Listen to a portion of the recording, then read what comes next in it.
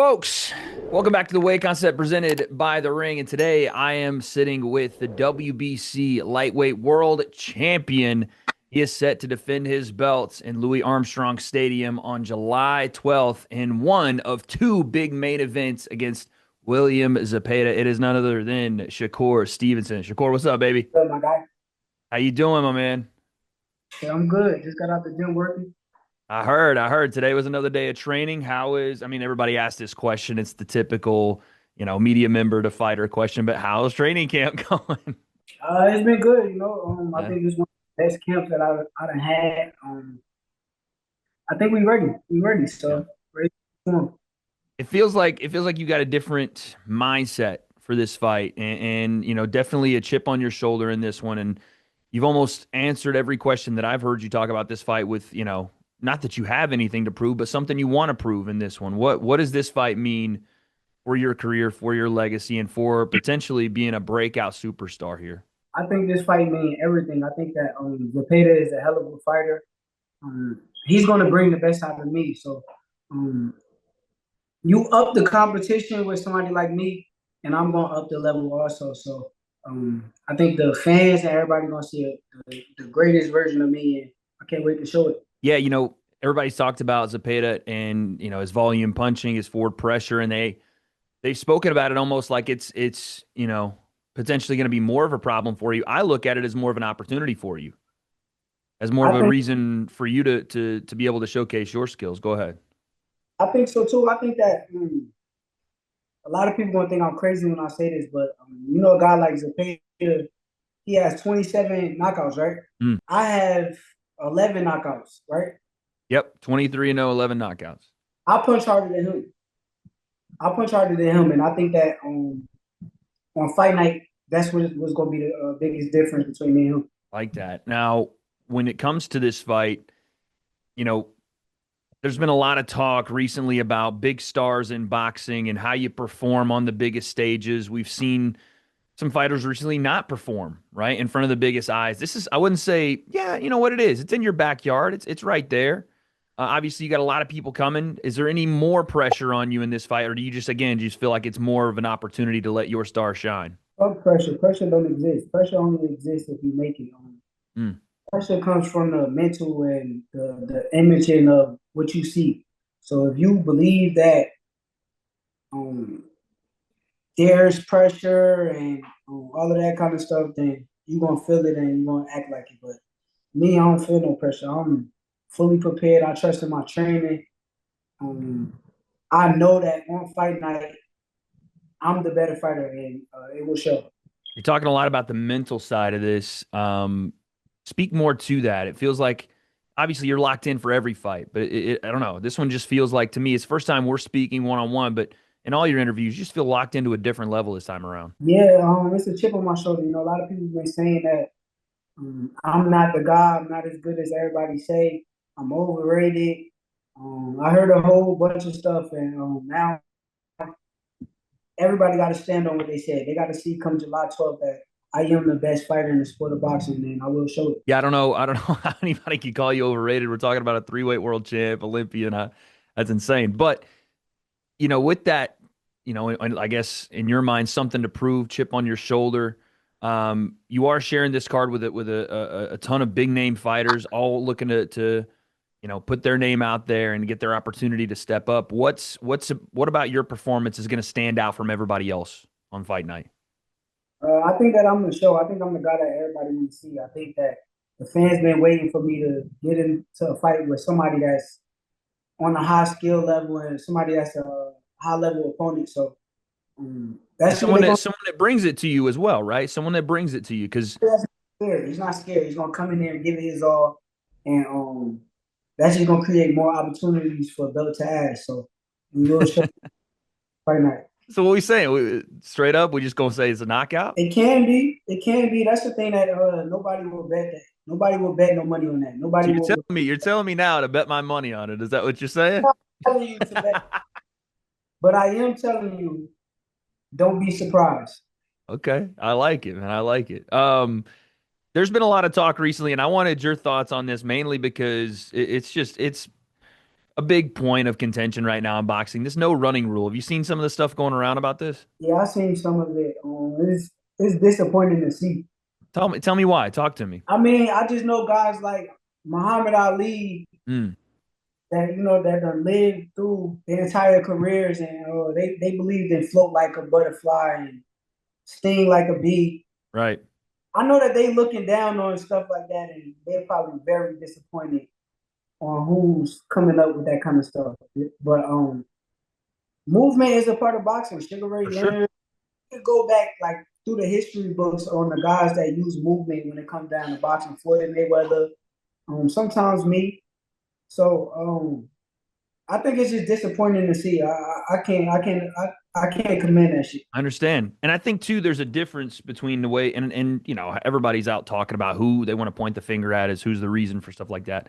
I don't see the way you fight as being that kind of style at all. I see you as moving, but I see you setting traps. I see you being able to create offense off defense and vice versa. That is the sport, right? That's the sweet science. Yes. I don't think I'm a mover.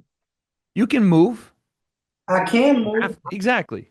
I don't think you're a consistent just circler or anything like that, but I think you have the ability to set things up and then drop the hammer. I think that you can stand in front of, I mean, I just watched you stand right in front of Josh Badley and beat him up. Like it's not, I don't think that anybody is looking at you when they talk about that. I just always asked, because I've asked a couple of guys so far what they thought about it. People have different opinions on it, but it'll be interesting to see how that whole thing goes down. But speaking of this July 12th card, you're one half of the main event.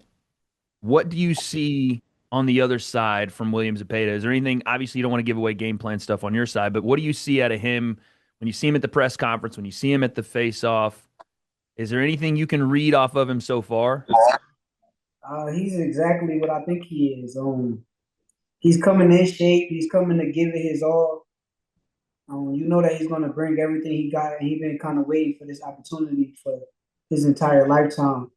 But sometimes when you kind of anxious and you ready to jump in, you're gonna run into something that you don't like, and I think that's what sometimes he. I mean, I don't think he's very prepared for what's gonna come back. When He's you say more that I'm gonna just move around the ring and like the fans kind of hype it up and say that I'm a runner, so they kind of think that, but I'm just as much as a fighter as he is. So I love it, man. So you think he thinks you're going to be super defensive, not really engage with him, try to hit and move, and you're potentially depending on again, it's a fight. You never know what happens, but you're prepared for whatever essentially. you can't fight a guy like that with moving all around the ring the entire time because if you do, you will end up losing.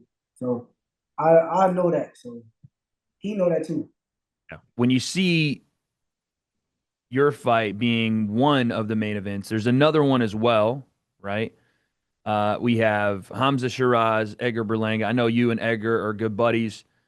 Obviously, both of you want to represent New York, New Jersey. What does that fight, do you think, look like? I think Edgar probably gonna knock him out. Yeah? Yeah, I mean, Hamza is coming up to 168. I think Edgar got the punching power, so that's why I picked.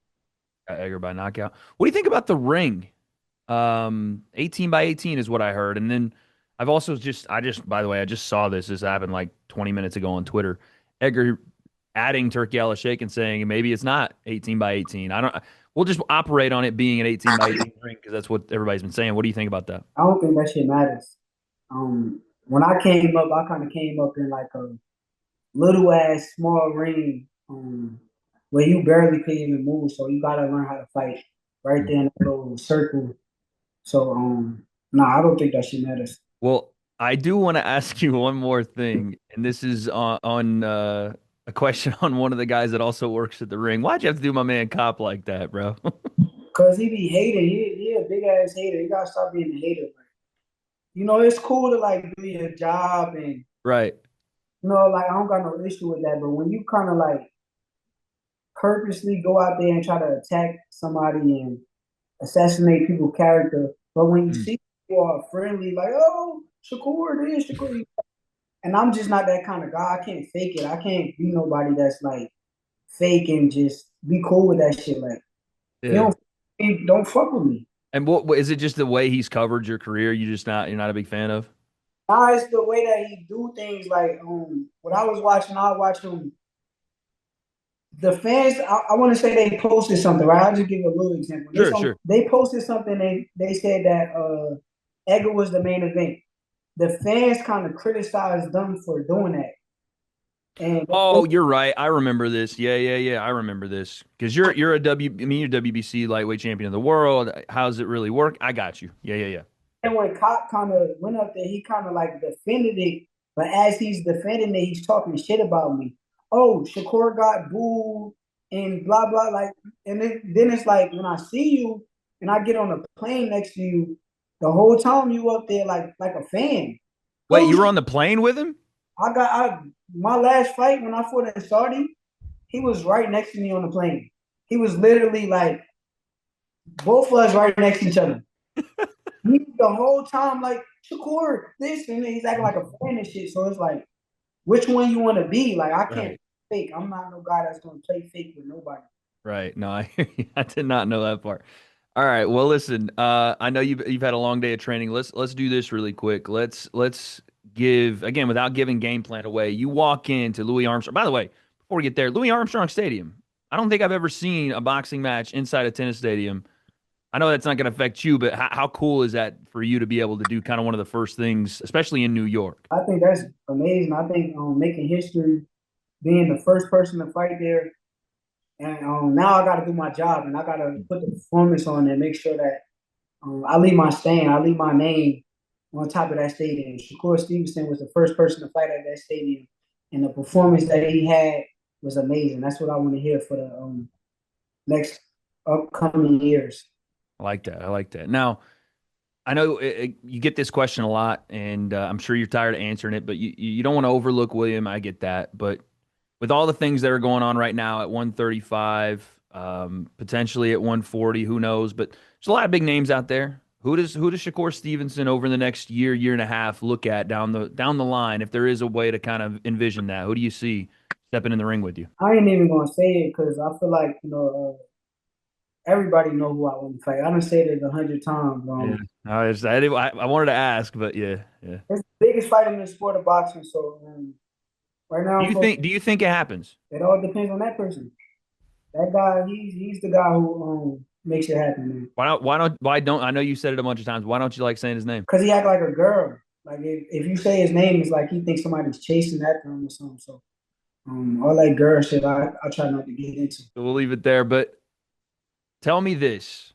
We get to July 12th. All the media obligations are done. You don't have to look at guys like me anymore and answer our dumb questions. You get to go out there and do what you do. You step in the ring and you look across from William Zepeda. The bell rings. What happens? Belt. I pull out my belt and I beat the shit out of him.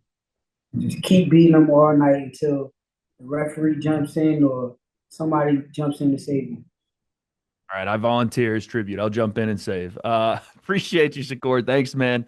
I'll see you on fight week. Have a good rest of your camp. I know you're right here at the end of it.